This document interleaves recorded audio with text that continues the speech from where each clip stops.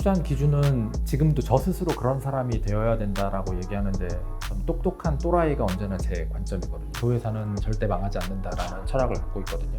딥마인드 같은 회사를 보면 제너럴 인텔리전스를 만들어서 그 제너럴 인텔리전스가 모든 문제를 해결하게 한다가 회사의 비전이에요. 저희는 이제 인류사에서 한 번도 보지 못했던 이제 다른 영역으로 막 가고 있는 거죠. 기회의 창은 3년 정도밖에 안 남은 것 같다. 지금 무조건 무엇이 됐든 이쪽 바닥에 발을 담그지 않으면 또 한 번 버려지게 될 거야. 여쭤보고 싶은 게 첫 시작 좀 여쭤볼게요. 제일 처음 때 이제 해커로 말씀을 드렸었는데 해커를 하셔서 첫 창업이 인터넷 보안이었어요. 예. 인터넷 보안으로 IPO까지 하셨잖아요.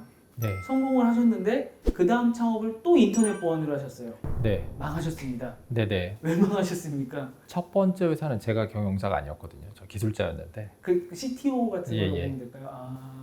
이제 옆에서 보고 저렇게 하면 되는구나랑 실제로 시장에 나아가서 네. 시장의 요구를 만들고 네. 조직을 매니지하고 자본을 매니지하고 하는 거는 이거 완전 다른 차원의 게임이더라고요. 네. 예. 시장에 정말 내던져지신 거는 두 번째가 맞아요. 네. 첫 번째는 제 실력이 아니라고 봐야 돼요. 그거는 어떤 그 시대가 요구하던 기술을 가지고 있었고 네. 좋은 팀을 만났고 네. 좋은 경영자분들 사이에서 같이 팀 플레이를 했기 때문에 제가 묻어간 거지. 제가 뭘 진짜 잘해서 그랬다고 생각지 못하겠어요. 26에 이미 창업 두 번 해보고 한 번 망해보고 그러니까 망했을 땐 27이었죠. 7이요. 예. 7대 망하시고는 어떻게 보면은 네. 그 되게 금방 낙담하시고 그냥 회사 들어가셨어요. 그때 보안 사업이 이제 조금 지치기도 했고 네.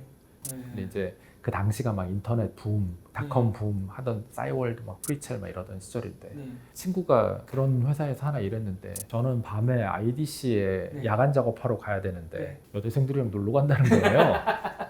그런 회사는 뭐냐. 네. 그래서 그때 제가 이제 거기에 컨슈머 인터넷 향의 회사다라는 그런 아이템이 있다라는 거 이제 그때 처음 알았죠. 네. 그래서 저도 마치 제가 2000년 초반에 이제 소프트웨어 기술에서 뭔가 실물이 있는 사업으로 우리 실생활에 영향을 미친 사업으로 넘어와야겠다라는 마음가짐을 하고 꾸준히 실행을 해왔듯이 그때도 어떤 인프라형 사업에서 컨슈머 인터넷 사업으로 한번 넘어가자 라는 다짐을 하던 때였어요. 그래서 이제 SK텔레콤에 지원을 해서 네. 그 당시에 나름 선진적인 혁신적인 서비스 만들던 팀에서 네. 일을 했죠. 1mm 1mm. 예. 만드셨죠. 윤송희 상무님이랑 맞아요. 윤 박사님이 저희 리더였어요. 너무 빨리 시작한 서비스였죠. 사실 지금 시작해도 될까 말까 한 그런 선진적인 컨셉이었고 그러한 어떤 걸 해보자라고 할 정도로 사실은 그 뭐 윤송희 상무님이나 아니면은 그 위에 계셨던 뭐 그 SK그룹사 회장님 그런 거에 대한 관심이 굉장히 많으셔가지고 네. 대단히 선진적이지만 해보자 해가지고 했던 거죠.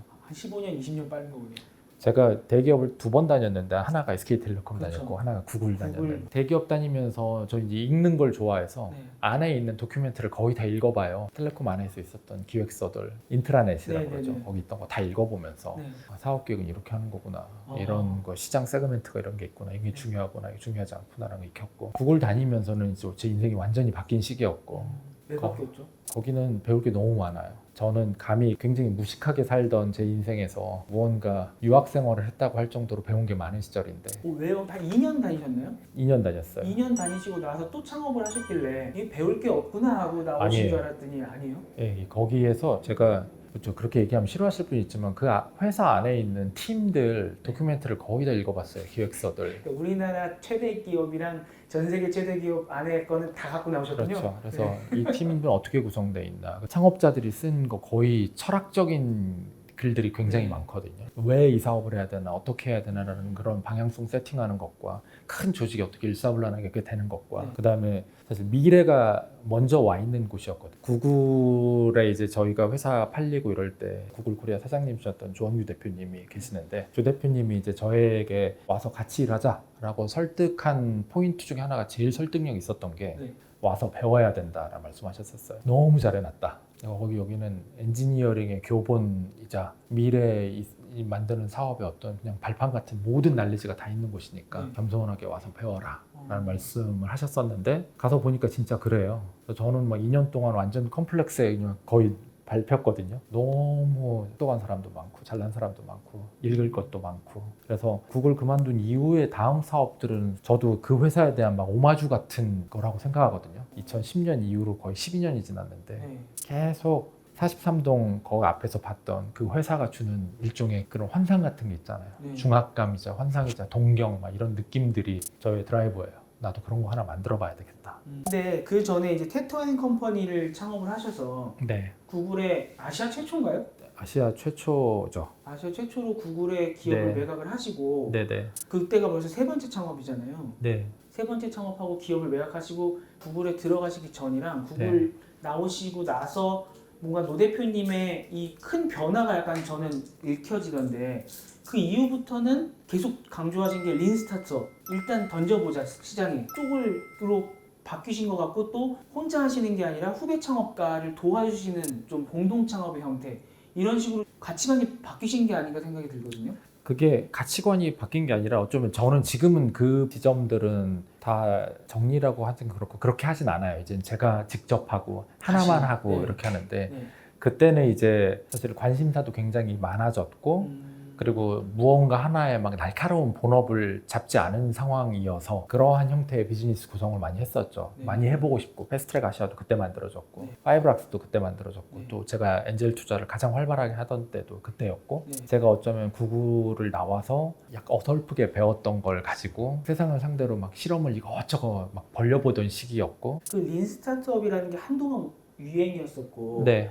지금은 잘 안 사용되고 있기는 하지만 제일 많이 또 주창하셨던 분이고 네. 그 결과까지 보신 분 같은데 네. 린 스타트업이라는 거에 대해서 어떻게 평가하세요? 저는 뛰어난 경영자의 덕목이라고 얘기할 때 누군가 그냥 그렇게 약간 하이레벨의 질문을 주면 균형 감각이라고 답을 하는데 네. 사업가가 속해 있는 어떤 자기 현업이 있잖아요. 그 현업의 컨텍스트에 따라서 어떤 때는 린 스타트업 해야 되고 어떤 땐 바꾸지 말고 그것만 해야 되고 이런 걸 해야 될 시기들이 계속 바뀌거든요. 그렇기 때문에 무엇을 메인 방법론으로 써야 된다라는 거는 사실 린 스타트업이 잘못 전달된 거예요. 걔는 확실한 게 나오기 전까지는 그 확실한 걸 찾기 전까지는 너무 큰 커미트먼트를 하지 않아야 된다라는 얘기가 이제 핵심 주제인데 안 되면 계속 바꿔대라라는 걸로 오해하시면 안 되는 거고요. 네. 린 스타트업이 그 옳다 그르다를 떠나서 저희가 이 자연계에서 가장 잘 동작한 시스템이 진화 시스템이잖아요. 근데 진화 시스템이 결국 뭐 적자 생존 가장 핏한 애가 이제 가장 뭐 번성을 많이 한다라고 하는 건데 그 알고리즘의 기본 과정이 그렇게 돼 있어요. 뭐가 돼 있냐면 처음에는 다이버시피케이션 굉장히 분화하고 그 분화된 것 중에서 무언가 승리할 확률이 높은 애들을 셀렉션이 되면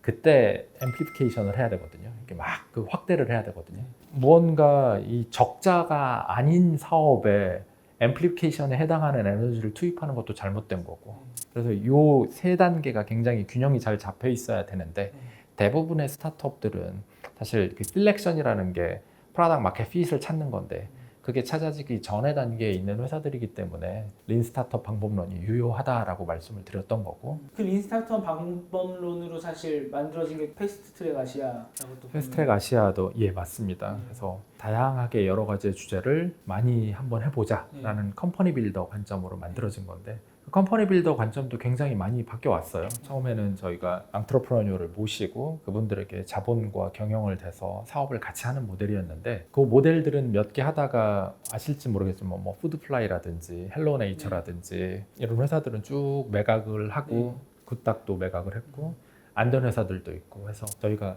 앙트러프러니어를 밖에서 모시는 사업은 그 정도로 좀 접었고요. 그 뒤로는 이제 박지웅 대표가 패스트트랙 아시아의 이제 경영에 이제 완전 참여하시면서 저희가 패스트 붙은 자체 사업들만 계속 창업했죠. 패스트 캠퍼스, 그다음에 패스트 5, 지금 이제 패스트 인베스트먼트, 패스트 벤처스에서 패스트 삼형제가 최근까지 있었는데 네.